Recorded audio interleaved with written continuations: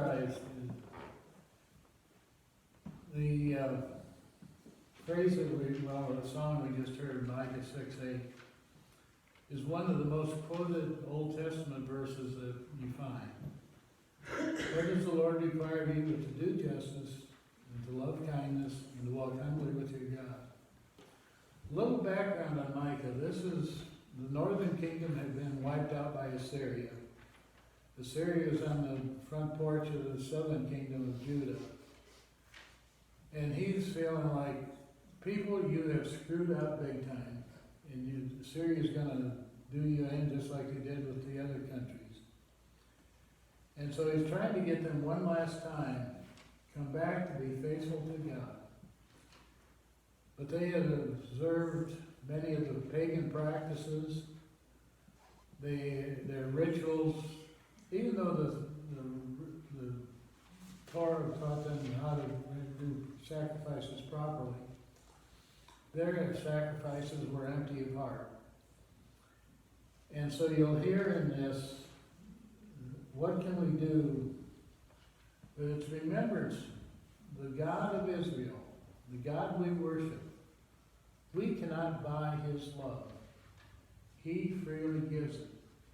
The pagan gods, you offer sacrifices to try to buy their goodness.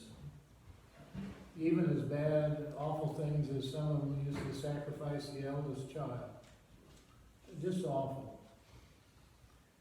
And so God challenges Israel. Hear what the Lord says. Rise, plead your case before the mountains, and let the hills hear your voice. Hear, you mountains, the controversy of the Lord, and you enduring foundations of the earth. For the Lord has a controversy with his people, and he will contend with Israel. O my people, what have I done to you? And what have I wearied you?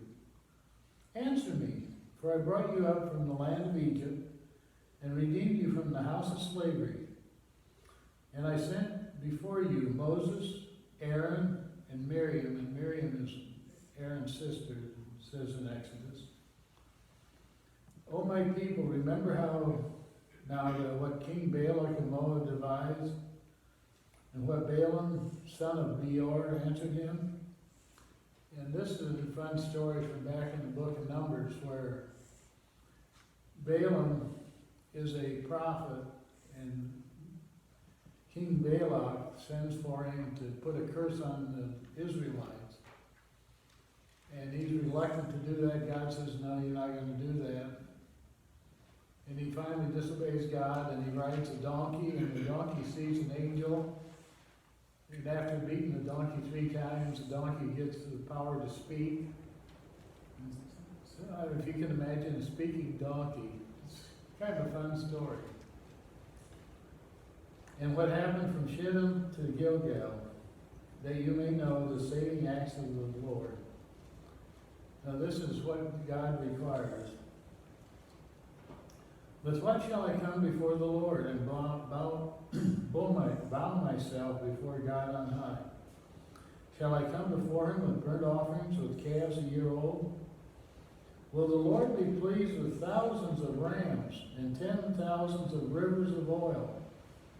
Shall I give my firstborn for my transgression, the fruit of my body for the sin of my soul? He has told you, O mortal, what is good? And what does the Lord require of you? But to do justice, and to love kindness, and to walk humbly with your God. See, they're trying this pagan theory of buying love. It brought to mind this morning, some of you may remember the Beatles tune, Can't Buy Me Love. Give you diamond rings, my friend, to make you feel all right. But you can't buy love. You can buy a lot of things. You can buy favors. You can buy status. But you can't buy love. Micah tells them that. But they don't understand. If we give him all this, thousands of rams, just incredible quantities, can we buy God's love, God's favor? No. So what does God require of you? okay, we've got his love. How do we respond? To do justice, love kindness, and walk humbly with your God.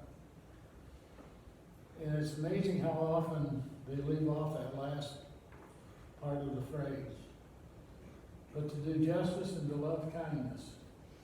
Now when we talk about justice, there's all kinds of justice. There's economic justice, there's social justice, there's the criminal code, and it goes on and on. But what do we want out of that? The survival of the fittest, the strongest, the richest, or should it be equal for everybody? Whether you're Bill Gates or Warren Buffett, or whether you're a homeless person on the street in Odebolt. Something to think about. And to love kindness. Ooh, do I have to be kind to that person? Didn't say you accept anybody. Be kind to the people around you, the world around you. But the key to this text is to walk humbly with your Lord, with your God. If we keep God in front of us, He will lead us and direct us to do justice, to love kindness, to live as His people. It goes on. Now what should we look at as being God's people? Well, it takes us to our gospel text today from the Sermon on the Mount, Matthew chapter 5. And it starts out with the Beatitudes, and I'm sure many of you are familiar with those to do different things. When Jesus saw the crowds, he went up the mountain, and after he sat down, disciples came to him. And I like this. In biblical times, the teacher sat down and everybody else stood. So I should get a chair and everybody here should stand. No? Okay. Then he began to speak and taught them, saying, Blessed are the poor in spirit, for theirs is the kingdom of heaven. Blessed are those who mourn, for they will be comforted. Blessed are the meek, for they shall inherit the earth. Blessed are those who hunger and thirst for righteousness, for they will be filled. Blessed are the merciful, for they will receive mercy. Blessed are the pure in heart, for they will see God. Blessed are the peacemakers, for they will be called children of God. Blessed are those who are persecuted for righteousness' sake, for theirs is the kingdom of heaven. Blessed are you when people revile you and persecute you and utter all kinds of evil against you falsely on my account. Rejoice and be glad, for your reward is great in heaven. For in the same way they persecuted the prophets who were before you. May God bless our hearing of his holy words. Amen.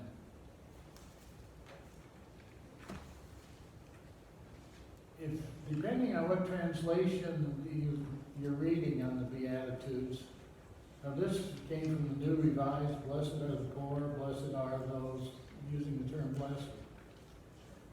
When you look at the Common English Bible, you look at some of the other texts, happy are the people. And I thought that was interesting. How do you, blessed, I can understand God blessing people. But if you're mourning, if you're meek, if you're hungry, are you happy? That doesn't sound right. And so one of the right page, commentaries, this is from Susan Hyland at Working Preacher. The Greek word makarios, which is central to the Beatitudes, is a fairly common word. It is not really hard to understand, but it is difficult to translate into English. The New Revised translates blessed, which is by far the most common translation of the Beatitudes. But it also can refer to things such as happy and greatly honored and blessed, fortunate and privileged. So it has a variety of meanings. And I have a little problem with happy because I don't think that fits our book. But then you think about it.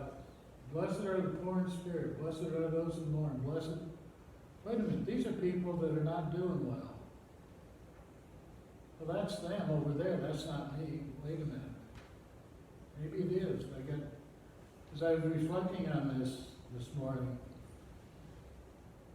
we fit that category often, don't we? We mourn when we have a death of somebody that means something. Steve and Deb mourned when they lost a dog. It doesn't have to be another person, but there are other things that we mourn over. There may be some fans of one of the teams this afternoon mourning about the outcome, but they'll get over it. Blessed are the meek.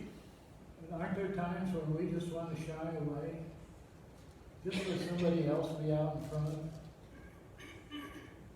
God says we're blessed.